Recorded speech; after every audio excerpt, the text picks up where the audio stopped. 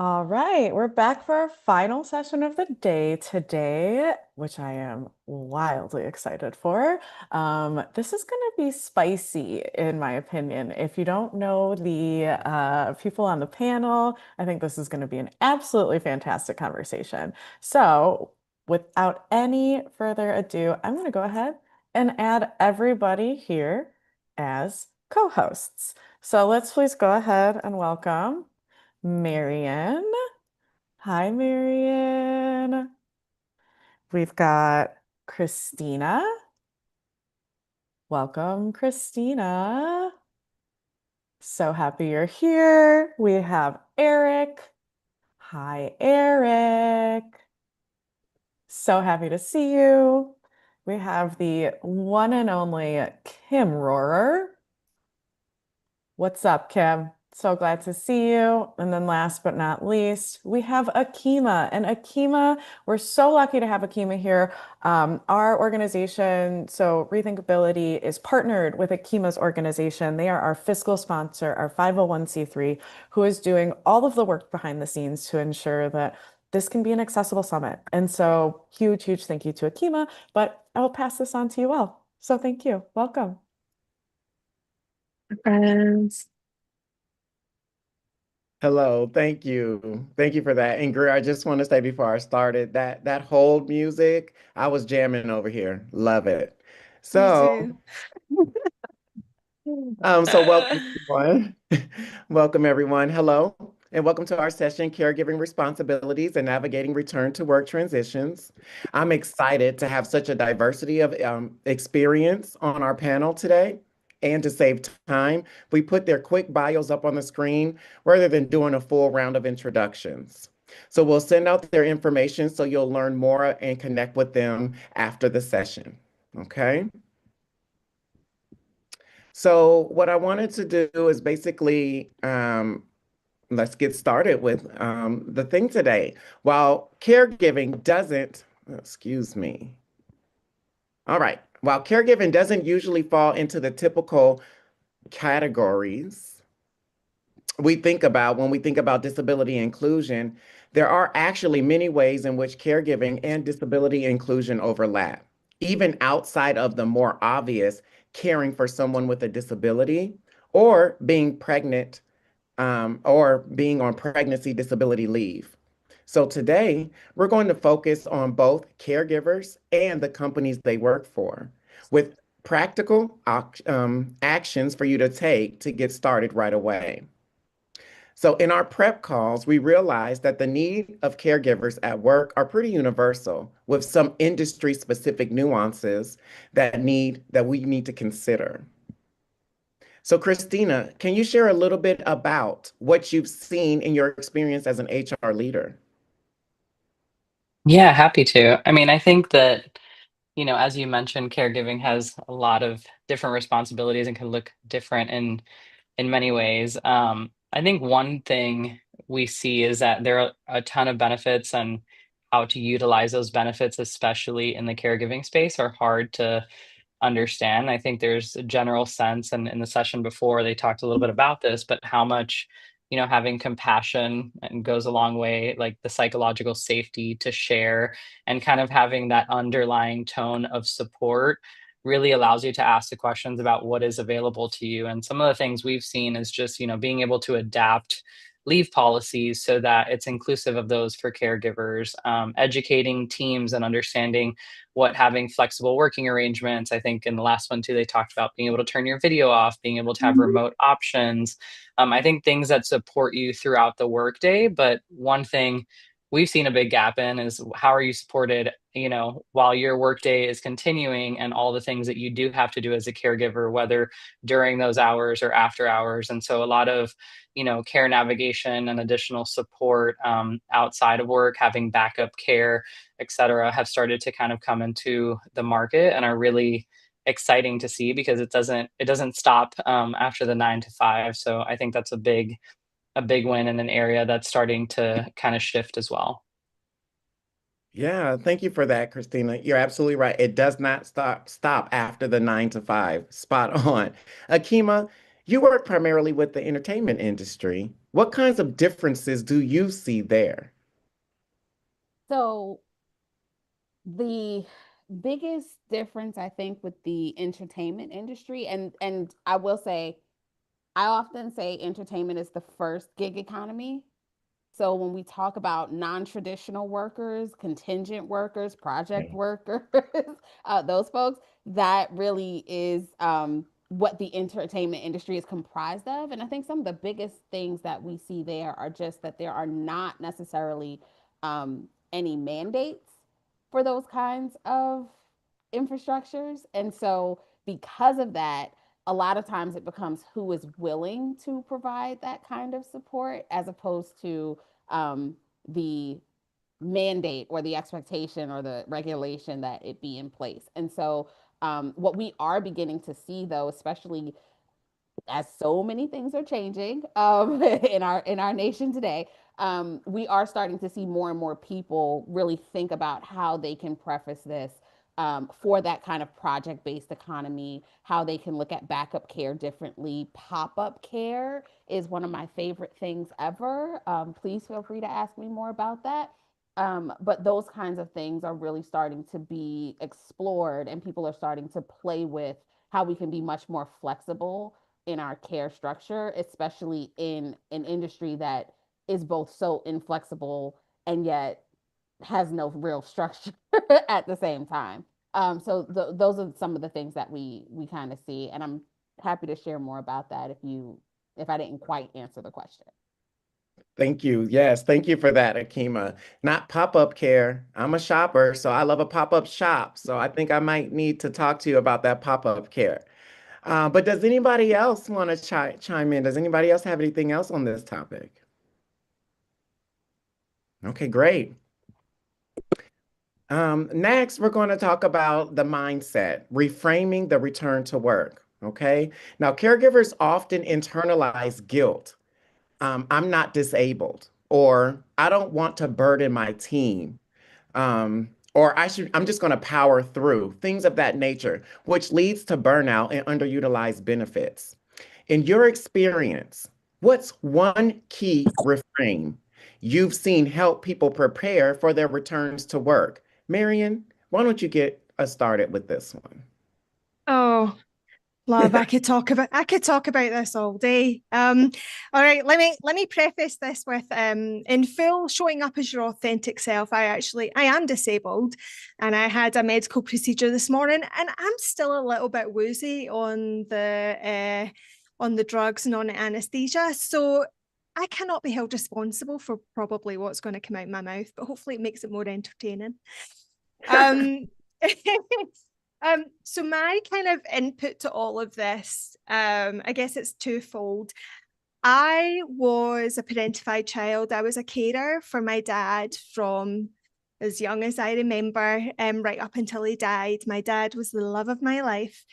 And he had a traumatic brain injury. He had epilepsy. And then when I was 17, he was diagnosed with dementia. And he passed away when I was 36. I'm an only child. I don't have a massive family or a huge amount of family support. So as a young carer, navigating the first stage of my career, and this is like the early 2000s, the early to kind of mid sort of like 2020 to 2025, 26, 27. That was a tough time. Like, you know, companies or managers, they had a lot of empathy, they had a lot of sympathy, but they don't really know what to do beyond that because they weren't really equipped. And you know, as his illness progressed and as my own emotional state progressed, anxiety, depression, later diagnosed with complex CTPSD, it was a lot to try and juggle and deal with. And you know what, my life would be go to work, finish work, go to the care home, make sure my dad's good, have dinner with him, help get him settled into bed, tuck him in, kiss him goodnight, leave, go home, have dinner, go to sleep, and rinse and repeat and do it all over again the next day. And that was exhausting. And the emotions that you feel in that situation, you feel a huge amount of guilt, shame, commitment, loyalty, burden, but with love. And, you know, very, very complex emotions. And I think that when you're younger, they're even harder to try and rationalize and think through and really kind of come to terms with in your day-to-day state.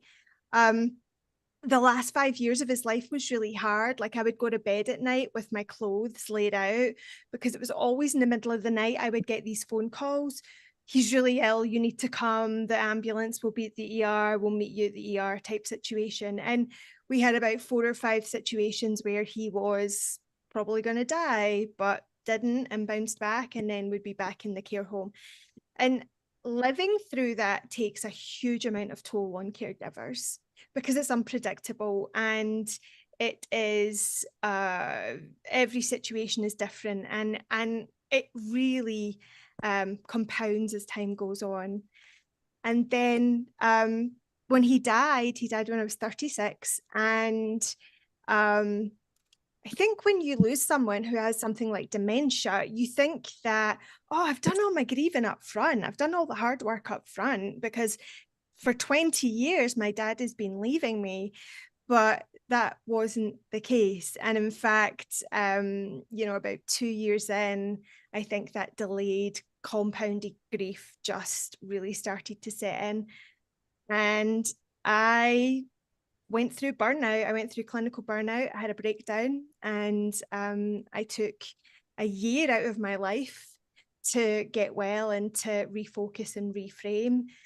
And I think that I'm not sure how much of that can be, assisted by work. A lot of that is a lot more complex. But what I do remember from those times is that companies are not built, HR practitioners are not qualified and prepared to navigate these situations. Yeah, we have tools in our toolkit. We have, our EAPs and we have our healthcare benefits and we might have additional counselling, etc. But that's just one little part of the toolbox. There's a whole lot more that needs to go into that. And I think that when I returned to work after he died, I had some extended leave, but bereavement leave was good. And then I took some health leave after that. When I came back, it was very much like, we're so sorry, it was so sad, your dad, da, da, da. Now get back to work. And I did not know how to reintegrate back into the workplace. A whole piece of my life had just vanished and I felt like half a person and I no longer knew where I fitted or how to kind of conduct my life. And no surprise, I left soon after and I ran away to the Middle East for 5 years, but that's a whole other story for another day. So at this stage in my life and in my profession, I am really focused on helping organizations, leadership teams, HR practitioners, HR leaders think about this from a caregiver perspective in a much more holistic way. If we're talking about inclusion, if we're talking about really having people show up as their authentic selves, well, guess what? They have kids, they have aging parents, they have dogs, they have all sorts. We have to do better. And so there's the emotional mindset to get us started. Yes, Marion, thank you so much for being that honest and man, sharing your story. I can only imagine it's resonating with a lot of us on this call. So thank you so much for digging that deep. Christina, now I know you have some thoughts to add. And it's hard to follow that. Thank you for sharing, and I think it does. And I mean, you can tell by the chat that everyone's like, absolutely agree. There's so many things that are so hard about the intricacies about having work and life intertwine in such a deep way. And, depending on where you are with work, where you are in your career, what type of work you're in, it all can kind of come crashing down at the same time. And I just thank you for sharing. I think it's incredible. And I'm sorry that you were having to manage all of that, especially, you know, with your dad passing. Yeah, I mean, I think for me, I'm a caregiver. I have a wife with a disability. I have two kids.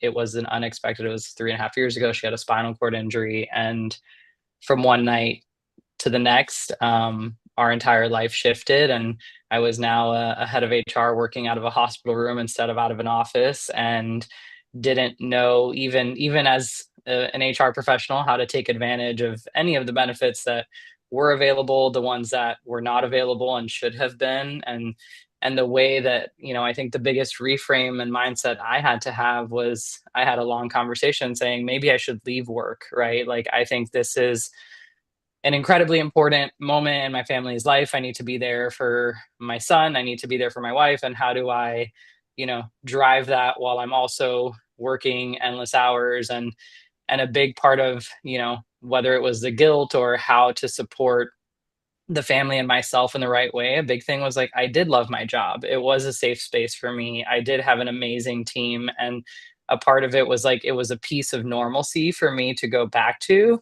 And I almost felt guilty a little bit going back, and I remember my wife telling me like this is how you are supporting us. Like this is stability. This is, we need you to have health insurance. We need to have a salary, et cetera. And I think there were so many moments of trying to reconcile where I was putting my priorities, and having a mindset going back to work after such a huge life change, and knowing that we were going to continue to grieve and we were going to go through waves, and how was I going to structure that and to set an example too. Like being in HR, I think you're meant to be somebody who sets a standard for others. And so I kind of made it my mission to be like, I had no idea how complicated all of this could be. I had no idea how heavy it could feel, and how am I going to change that? And it's similar to Marion. It's now my my life's passion, and my life's work is we started Lotus Disability to drive employee benefits that actually support people with disabilities and support caregivers, and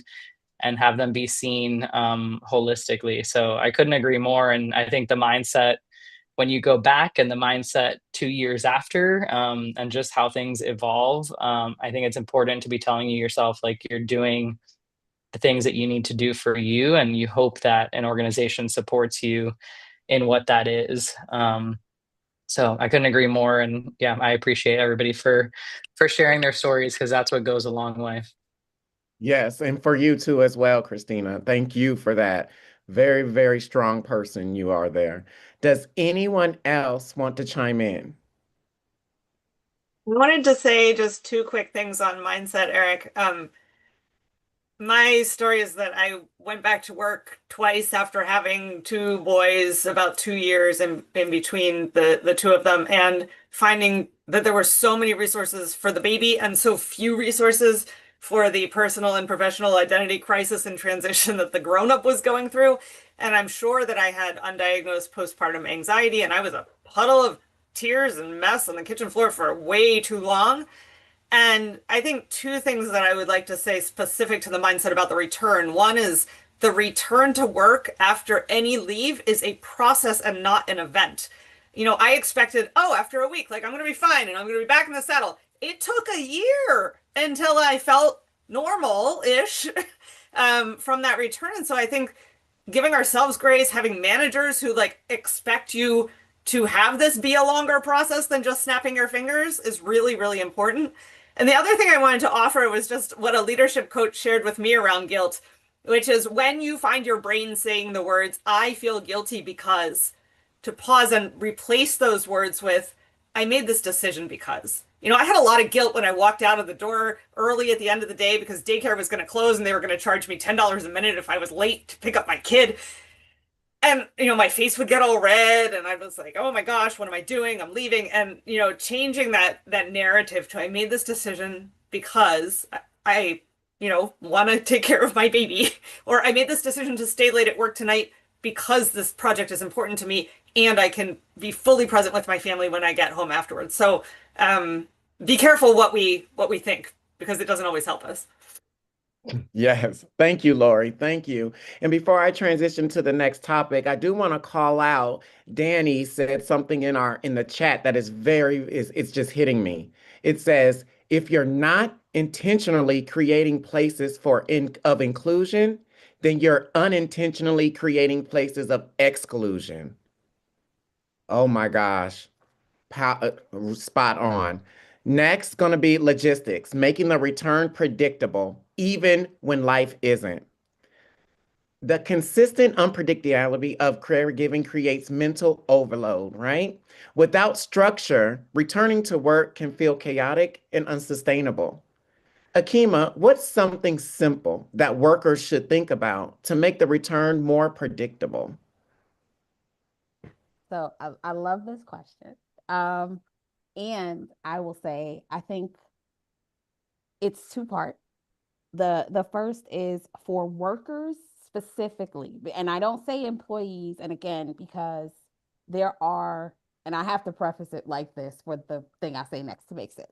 I don't say employees because so often, especially now, you have people who are working who are not employees. Workers do not have the same rights as employees, which means that when you are coming in to negotiate and navigate for your care solution, you may be going in a very vulnerable state. So I want to preface it with that so that when I say the next thing, it all kind of makes sense. So the thing I think you can do to make it very simple is be very clear about what your needs are, because you cannot ask for what you need, advocate for what you need, or determine you're not getting what you need if you have not first determined what that need is. And that's the simplest thing. Like, if you don't do anything else, sit down, I mean, itemize it. If I've got to get my kid by 4 p.m. because they're going to charge me that extra $10 at 4:01, then that means I need to be out of the office at that time, like by this time. So, this is what this means. This is what this is going to look like. Um, I've negotiated for split shifts and said, listen, I don't need to be here to do my job. You just would like to see me. But here's what I can do, I can show you the work. So you don't have to see my face, but you will see my work. You will see my productivity and my outcomes. Here's how we can do this. I will give you a trial basis of a week. If after 5 days of me doing this, you really feel like, Akima, you need to come back in this office, we need to see you. Mind you, I'm a contractor. I'm working in film. I'm a project based worker. I'm not an employee. So technically, you're not supposed to be able to tell me where I'm supposed to be, but that's another story.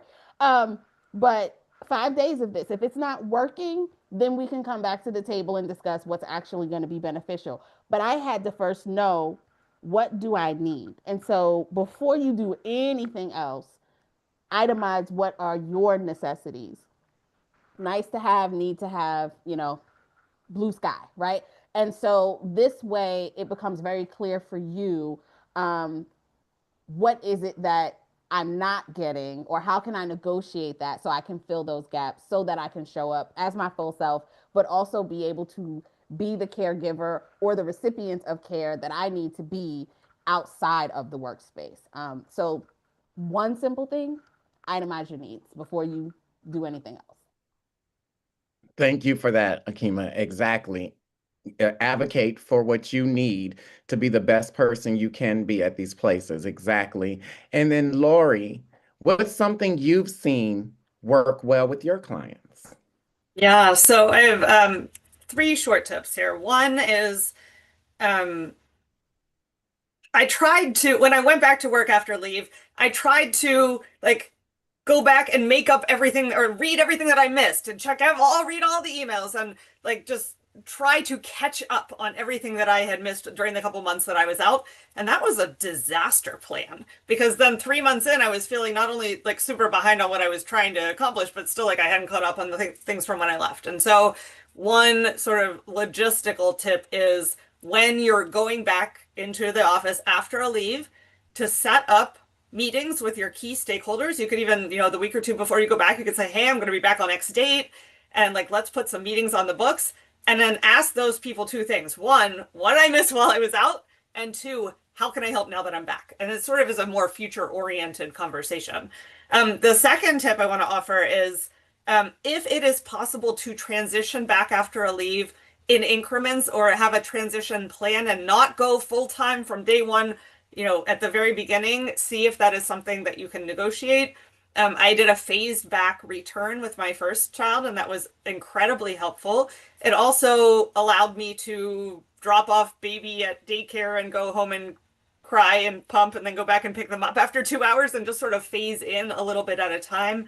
And it gave me a chance to practice. If you can practice, getting yourself ready to go back into the office and getting dressed and figuring out what the commute is and all that stuff before you actually have to do it, it can really sort of alleviate a lot of anxiety about the return.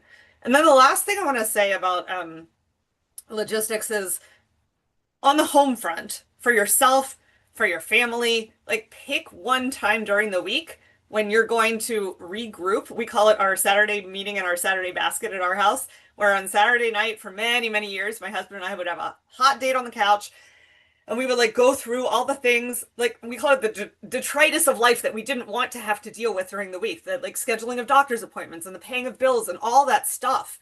Like we consolidated it into one space so we weren't worrying about it during the week, because otherwise, you can be at work trying to think about getting the home stuff done and vice versa. So like finding and carving out a spot for that can be really helpful. Thank you, Lori. That's very, I think I'm gonna take that for my own life and do There you all go. of that on the weekend. That is perfect. Spot on. Was there anyone else that had wanted to add anything? Yeah, I've got something I want to share, which is that I think a lot of times when we're coming back to work, hi, this is Kim, by the way, for anyone who's not seeing the voice on the screen. This is Kim. Um, a lot of times we think we've made our plan to come back to work. Uh, we know what accommodations we need, and when like it's like set it and forget it, and then life starts happening, and before you know it, like that plan doesn't really work in practice anymore. Maybe you thought you were going to be pumping every 3 hours, but you actually need to pump every 2 hours, and you have this meeting that popped up and you need to figure out how to reschedule it. Or you have to take certain medications and you come back to work and you realize like you're going to need a special space in the fridge to keep your medication during the day, and time where you can like go into a private space to, take your insulin shot or whatever it is, right? Like everyone has different needs, whether you personally classify it as a disability or it's legally classified as a disability. These kinds of workplace I should say, having an accommodating workplace is different from putting specific workplace accommodations in for specific people.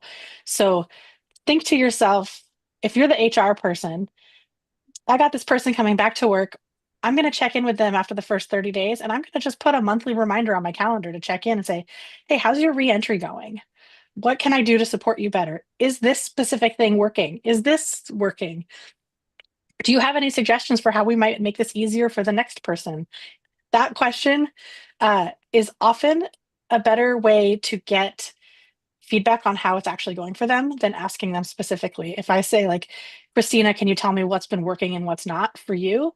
You're gonna be like, oh no, everything's fine. I'm not a burden. Don't worry about me. Like I got it figured out. If I say, Christina, how could we make this process easier for the next person who comes after you? You're gonna be a lot more willing to give me feedback. So as you're thinking about logistics and coming back, in addition to all the brilliant things that have already been said, like yes, Greer, exactly. Re-entry should have new hire onboarding. I've always built this in. You have your like 90 days ramp down and you have your 90 days ramp back up, especially if you're gone for a long period of time and there's a whole bunch of shit to catch up with when you get back. You don't want to be opening your email on the first day and there's 5,000 unread emails and you're like, oh shit, I have to read all of them and I got to watch all hands recordings I missed. Like, no. Don't do that. I just shared a link in the chat. I won't go through the content, but I put together this like guide to actually turning off when you're off on leave. It's a straight like logistics guide to like set up this filter in your inbox, send this email to your manager. Because if you put some of these logistical pieces in place, it's much smoother. And yes, Danny, press delete all. If they're that important, they will send it again. That is true. None of this matters. Everything sucks. This being the work you missed, not this being a comment. This matters. The work you missed while you were out dealing with personal crisis. Yeah, No. you'll learn. Yeah. So thank you for that. Thank you, Kim, for that as well. We're moving on to leadership now. Modeling support and empathy. It's one thing to have a policy. and another to actually make it feel safe for people to actually use that policy, right? So, Kim, what do you recommend leaders do to model support and empathy, and why does it matter? Well, number one, modeling means doing the thing that is your policy, right? If you are the CEO and you're like, we have this amazing parental leave policy, but nobody uses it, or like the CEO has a baby and doesn't take time off, that impacts your culture. That impacts people's people feeling like it's okay. My little story time is my very first startup I worked for. We had a wonderful PTO policy. People weren't really using it that much. And I asked somebody straight up, we were like 20 people. I was like, why is nobody taking vacation? They're like, well, we're all really busy. Like, it doesn't seem like we can. And I had talked to our two co-founders and I said, listen, guys, I need you to take a vacation. You can take a pretend vacation. If you really feel like we're scaling too fast, like you can't take real vacation, like go do work that's not visible to anyone else inside the company for a week and pretend that you're on a fucking vacation. I don't care. Like people need to see you doing the thing you're telling them it's okay to do. Uh, and this goes for disability leaves, this goes for parental leaves, this goes for all kinds of accommodations in the workplace. Uh, we had at Oyster, our CEO was very active in our mental health channel, and him coming in and saying, like, I'm having a hard day today because of this thing that's going on in the world, and having employees come in and be like, hey, me too. Like that kind of visibility, you got to walk a thin line with HR and, personally discriminatory behaviors and shit. But like, how big is your company? What is your culture like? Are your leaders doing the things that you say are benefits for your employees? And yes, Greer, tie it to their pay. If they are not taking vacations, if they are not demonstrating, you can tie it to your culture and say, whatever one of your values is, or your mission, if it's related to that. You say, here we value, I'm going to make up a stupid value. We value taking care of ourselves here at Acme Co. You're like, hey, leader, you are not embodying this company value of ours. That's going to be a factor in your bonus. Like, you are not going to earn part of your bonus because you are not embodying our values. Now, you have to have a high level of uh, influence to be able to make those kinds of policies and enforce them. But anyone at the company can put these things into that framework, right? You can say, like, we have this vacation policy, but it doesn't seem like leaders ever take vacation.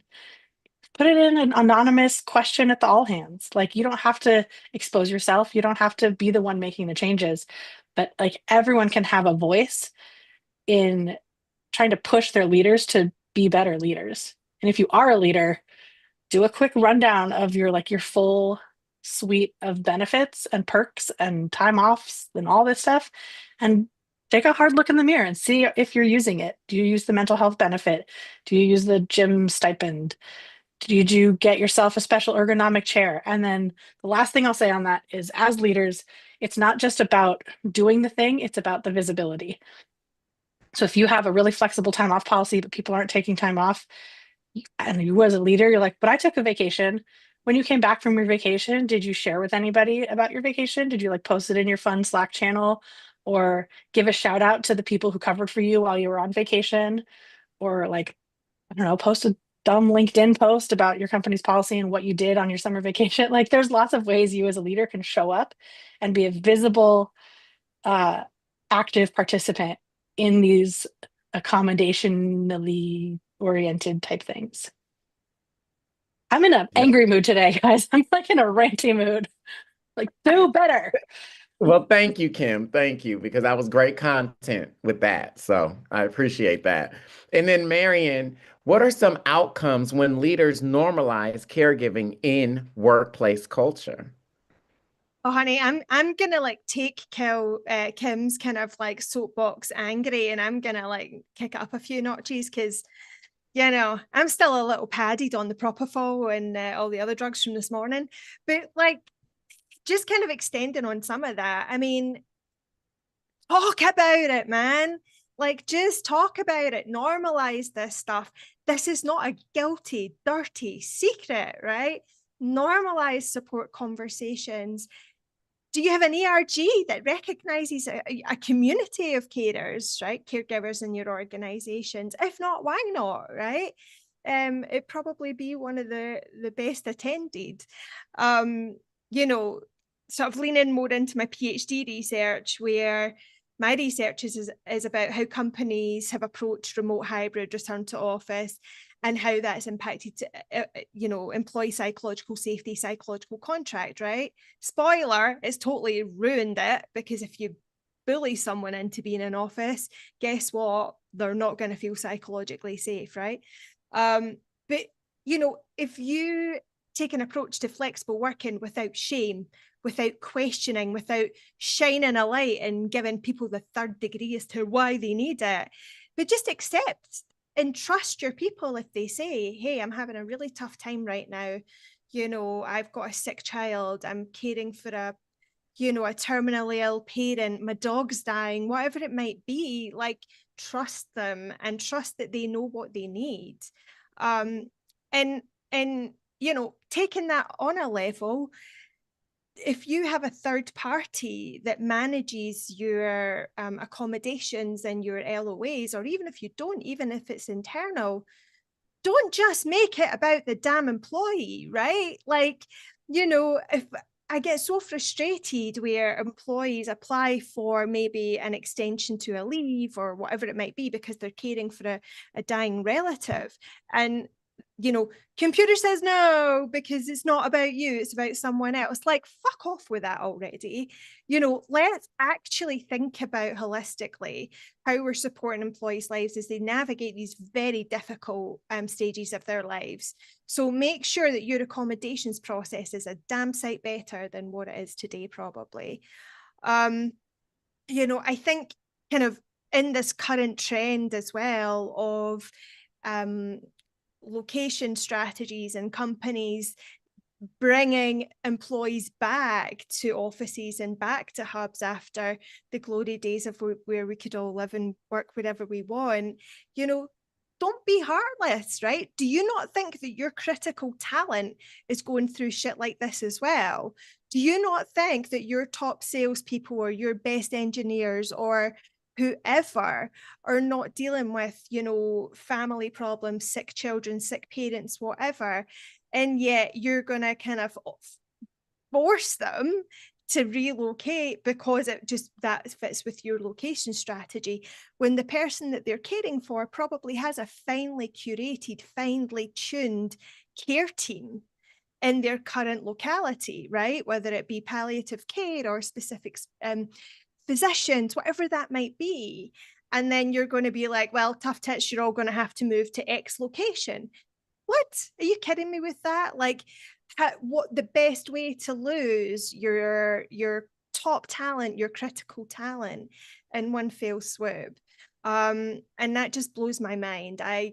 Apart from it just being inhuman, the ROI on its own, like, come on, right? So that's one I think, leadership teams really need to give some thought about. And just building on something else that Kim said as well about, walking the walk. If you constantly bang on about being a servant leader or an authentic leader, whatever your preferred, leadership style of the day is, and you're trying to advocate for a psychologically safe space, then walk the fucking walk, man, right? Like, intentionally create an environment where, your employees can talk about the external challenges that they're facing as a caregiver and feel safe, feel that they're not going to be retaliated against, either stealthily or even overtly, right? Like, looking at you, Amazon, and role model. Take that leave if you need it. If you've got someone who's dying or needs your support as a caregiver, log off, right? Like, the company can survive without you for 5 minutes. The time that you need with that person, you will never get back. And, as the old kind of adage says, when you're on your deathbed, what is it you're going to reflect most on? Is it answering those emails as your mum was dying? Or is it actually the time you spent with them, loving them and cuddling them and being with them? I'm pretty sure it's the latter. So again, organizations need to start thinking a little bit more human and stop thinking as this entity of, produce, because you can't do it without people. And if you don't love your people and take care of your people and recognize that we all come in our own messy boxes of life, then, you're getting it all wrong. So for me, it's really thinking as a human and working that way. Thank you very much, Marion, for that. Told you were going to get unfiltered, Marion, after all the drugs this morning. No, but somebody emphasized tough tits, and I was just over it. But I love it, Marion. I love it. That's a great Scottish phrase. Yeah, it's a great Scottish phrase. Tough tits. But Laurie, I would want to hear from you on this as well. If you have something to say, how can leadership skill caregivers use every day, like empathy and adaptability and clear communication? How can those translate into better workplaces?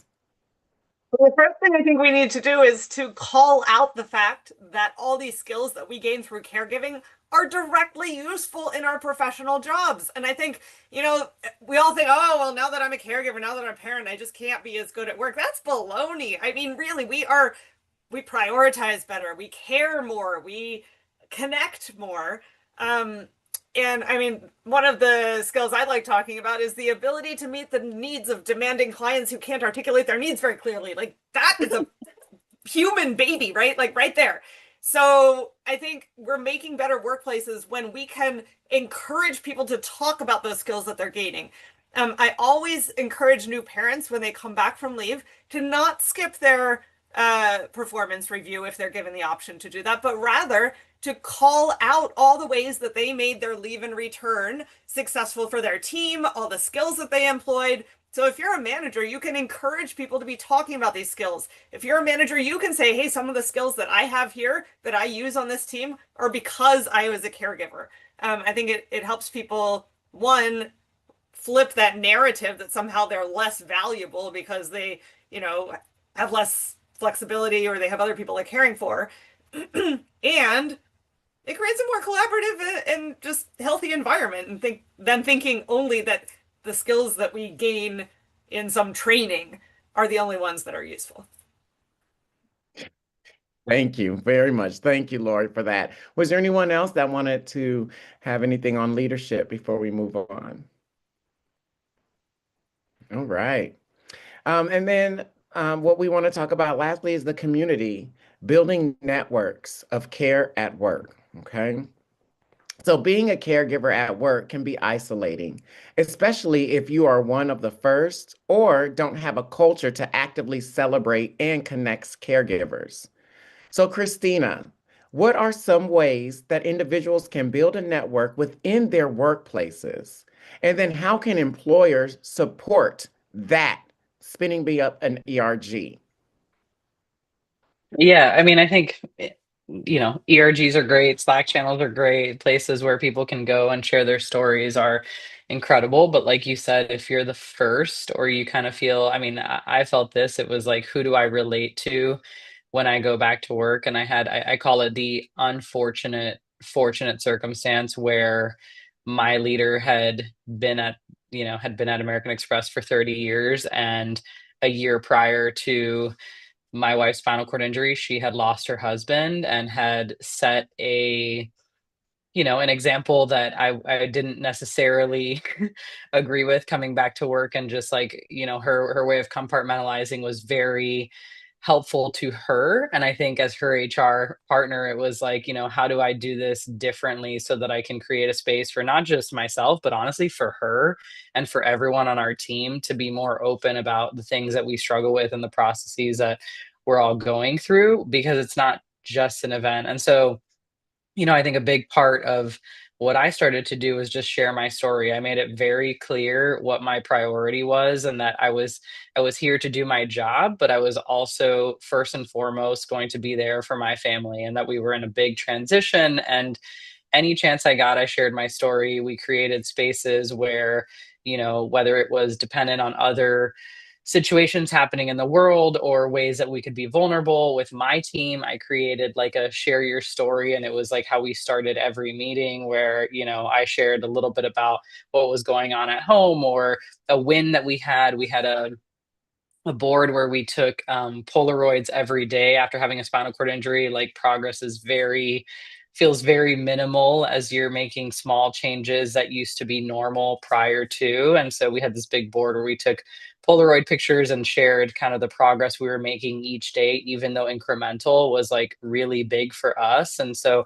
I shared what that Polaroid picture was, or I would post a Polaroid to the Slack, my team's channel, and say, like, today's a big day for us. And like, this feels really exciting for me, or I'm having a hard day, and I would actually just go radio silent. So I think just starting to share the things that are happening in your world, and being more honest and vulnerable. And like, I was really proud to, be a part of creating different groups and creating different channels, and, having people open up to me. And before I knew it, other people were sharing, my daughter had a spinal cord injury, or my partner's in the same position. And as you kind of start to hear those stories, you realize, I mean, it's like I said it earlier on, it's why we're doing what we do now, which is like, our story is not unique. Like, this space, what you are all saying is like, and Kim, I think, posted about Rosalind Carter. It's like, we are all going to be in this position, whether it's with a disability, whether it's as a caregiver. Like, it is such a normal aspect of life. And to say that we're going to show up to a place that's 9 to 5 and not talk about that is kind of wild. And I think, it's our responsibility as those who have to advocate for themselves every day. It's like, why would we stop doing it in the workplace, right? Like, keep advocating for yourselves and building the communities that you need to not only survive outside of work, but to survive at work. And so, I think a lot of it is sharing stories. And I think there's another aspect that, like, I found really impactful, which was like building off of programs that already existed. There's a lot of volunteer programs at work. And so I started to kind of say, like, where are the caregiver spaces that we can help influence? Like, what are people with disabilities in our community that we can help influence? So I think just kind of bringing that purpose and passion into the workplace in different ways. Kind of end up leading to, hey, there's more than just a few of us. Let's build a group, let's build channels where we can all share our stories. Exactly. Thank you for that, Christina. And then, Lori, what things have you seen help caregivers connect with like-minded peers in their industry, even if they don't share the same workplace?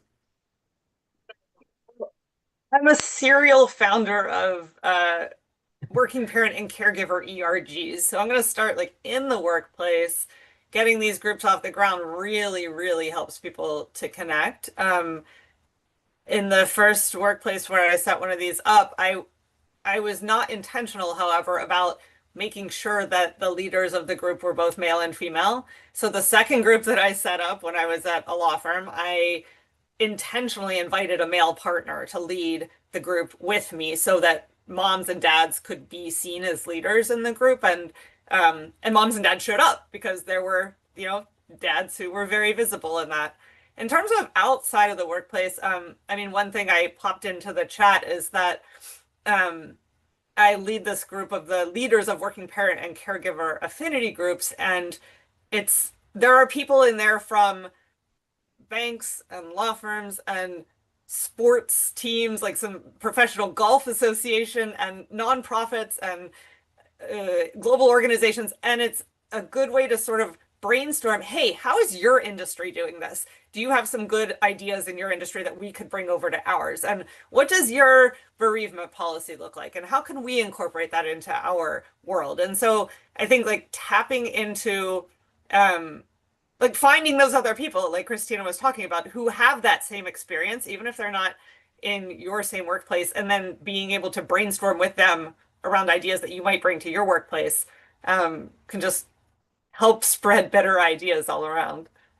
Yes, correct. Thank you, Lori. And then, Akima, we often talk about building community inside workplaces, right?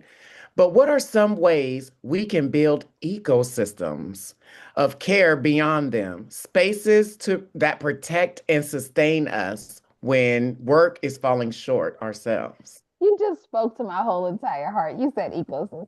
Um, I'm like, you just made me really happy. Um, hmm. So the oh, hold on, I have to contain my goose so I can speak words that are coherent to other people. Um, I think the biggest thing is it goes back again, know yourself, right? But outside of the workplace, in your actual community and building out those ecosystems, it's, what's your first place, second place, third place? What are the things that like fuel you and fill you? And then find people in that space. Like I'm a huge fan of Googling you know, gardening mamas in XYZ city, right? And so because it's both of my happy places, but it's also finding other people who share that. Free range mamas in XYZ city. Like it's being able to identify that, because what ends up happening is those small pockets that you get into, those people are also in other small pockets. And then those people are in other small pockets. And that's how the ecosystem begins to build, right? And so total candor and transparency.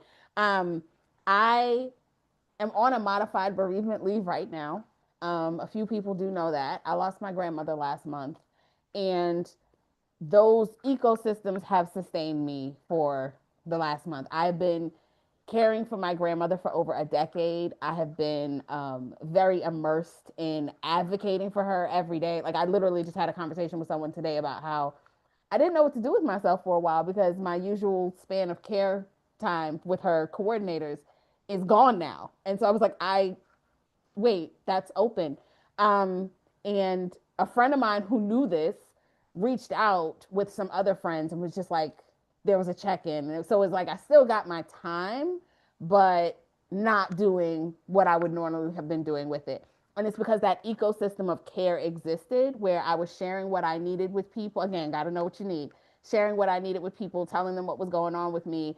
And then because of the other pockets that they were occupying, they were like, okay, we're going to bring all of this together and here you go. And now we've got this like hodgepodge sisterhood thing happening. So ecosystems come from being willing to put yourself into those spaces and places with people. And you'll be surprised, and going back to Lori's point, when you occupy those spaces and you befriend people or even just connect with people in those spaces, you'll be surprised how often you'll hear, this is what's working for me. This is why it's working for me. And then it gives you something that you can then take back someplace else. So it's how the ecosystem really comes from just putting yourself out there don't overexert yourself, please, but putting yourself out there in as many spaces as feels holistic to you to be able to connect with people and really dig deep. So ecosystems are my love language. So you just made me totally happy right there. Well, thank you very, very much for sharing that. And you're talking about ecosystems. What a large ecosystem and what a dynamic ecosystem of being that we're in right now. This rethinkability, that is an ecosystem in itself. And I'm so freaking happy that I've invited to be here. And I'm so happy that I am being a part of this panel. You all professionals were lovely today. You guys got very intimate and deep, and I appreciate that for everybody on this call. Like, you guys don't know what it did. If it did nothing for anybody else, it touched me. So thank you guys. So I want to open this up for questions. Was there any questions that we have for our fabulous panelists here?